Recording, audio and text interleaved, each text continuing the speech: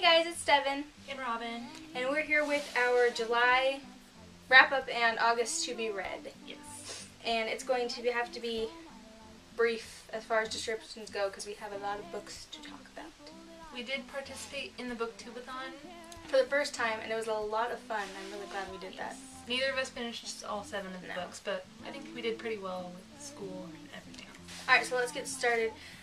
These aren't in order, they're just whatever's here. So one of the books I read in July was My Life Next Door by Huntley Fitzpatrick, and I loved this book. I've heard a ton about it, and I finally read it.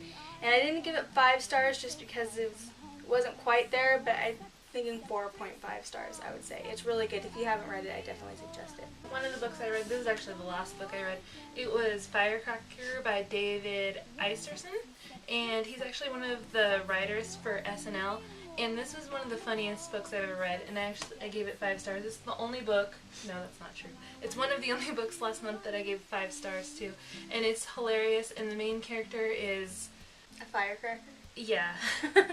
So, it's not a book that I heard a lot about it, but it's something I would recommend to anybody. Alright, and the next book, there's actually 2 books, and this was for the start and finish a series, and I'm counting it even though I didn't finish the second book because I refused to finish it because it annoyed me, and that is Leaving Paradise and Return to Paradise by Simone Elkeles.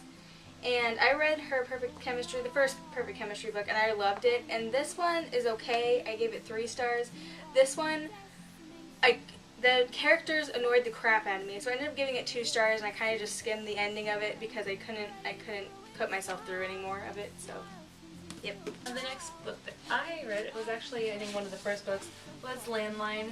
I was going to put it off until next month, but I couldn't wait anymore, and I gave it 5 stars. I love it. I love both of Rainbow Rowell's adult books, so I like her young adult books, but I think I definitely liked Landline and Attachments better. Really enjoyable, really fast-paced, and it's just an interesting concept. If you haven't heard about it, she has a landline at her mother's house that connects her to her boyfriend, who is now her husband, before they were married. So it was really good. 5 stars for that one. And another book I read was my book-to-movie adaptation, and that was Nick and Nora's Infinite Playlist by Rachel Kahn and David Levithan. And this movie stars Michael Cera and Kat Dennings, and I really enjoyed this book. I gave it 4 stars. I definitely preferred the book to the movie. The movie kind of took a different turn with her best friend and stuff that I didn't really enjoy, but I enjoyed both of these characters a lot, and I think that Kat Dennings was the perfect casting option for Nora. Michael Cera was okay for Nick. He's got some of his quirks and stuff, but Kat Dennings was spot on. Another book that I read was Why We Broke Up by Daniel Handler. This book is heavy. Yes. I wanted to read this. This is actually Devin's copy. It's always, been interesting. I always see it and I always want to. So I just picked it up and it had pictures in it. That was the challenge. Book with pictures. So I gave it 4 stars. I think it's more like 4.5 though. I really enjoyed it. There's nothing I didn't like about it. I enjoyed the writing. I enjoyed the speed of it. It was interesting. It was predictable a little bit, but it was good. And the next book was for the genre that you've read least of this year, and that's definitely classics. I don't think I had read any. So I picked up The Old Man and the Sea by Ernest Hemingway, and I have been trying to read this for a couple years now, and I finally just sat down and read it. And even though it's kind of, I don't know how to describe it, there are no chapters in it, and it's a very small book, so it's just one long-winded journey of this old man and the sea trying to catch I believe it's a marlin, and I didn't know if I was going to like it or not, but the writing is so beautiful that I was surprised how much I actually did like it. I ended up giving this 4 out of 5 stars, I believe, just because it's not super gripping or anything, but it is beautiful. So if you are interested, I would definitely give it a try.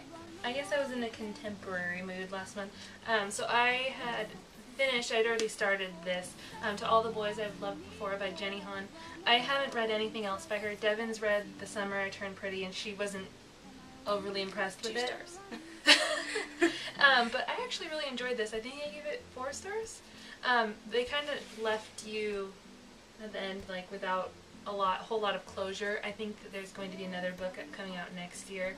I'm interested in seeing what happens with the characters because they're all interesting. I'm invested. So. And the last book I read in July was the book with pictures in it, and it is Wonderstruck by Brian Selznick. And this is a really big book, but it's basically told in two different ways. Half of the story is told in print, and the other half is told in pictures, and it was really cool because they're two separate stories from two separate times, but then at the end they kind of meld together.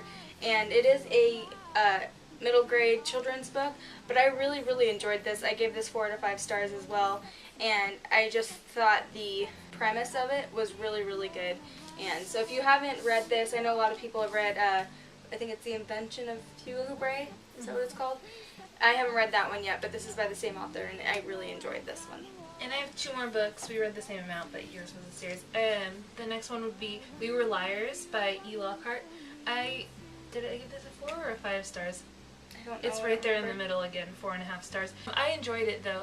It was definitely a little dark, which I wasn't expecting, but I would recommend it if that's something that you're interested in. I've also never read anything by E. Lockhart, but that's not true. Fly on the Wall. Oh yeah, I forgot I read that. Red Fly on the Wall. That one's a lot better, I'm assuming. It's a lot better. So it's got a little bit of mystery to it, a little, one of those books where, Did you you're cry not the sure tears? if she's crazy. All of the tears in my pillow. It's like, it was a mess. But I enjoyed it. And then the last book, collection of stories for A Divergent Collection by Veronica Roth. It was nice revisiting the world. It was, I'm not the biggest fan of 4. I think he's a little bit of a pansy.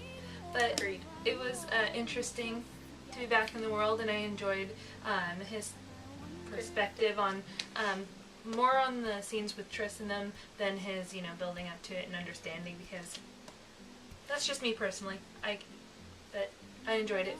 4.5, 4-ish. 4 stars for That's 4. the theme of the month. 4 stars for 4. Yeah. Been like this all my life.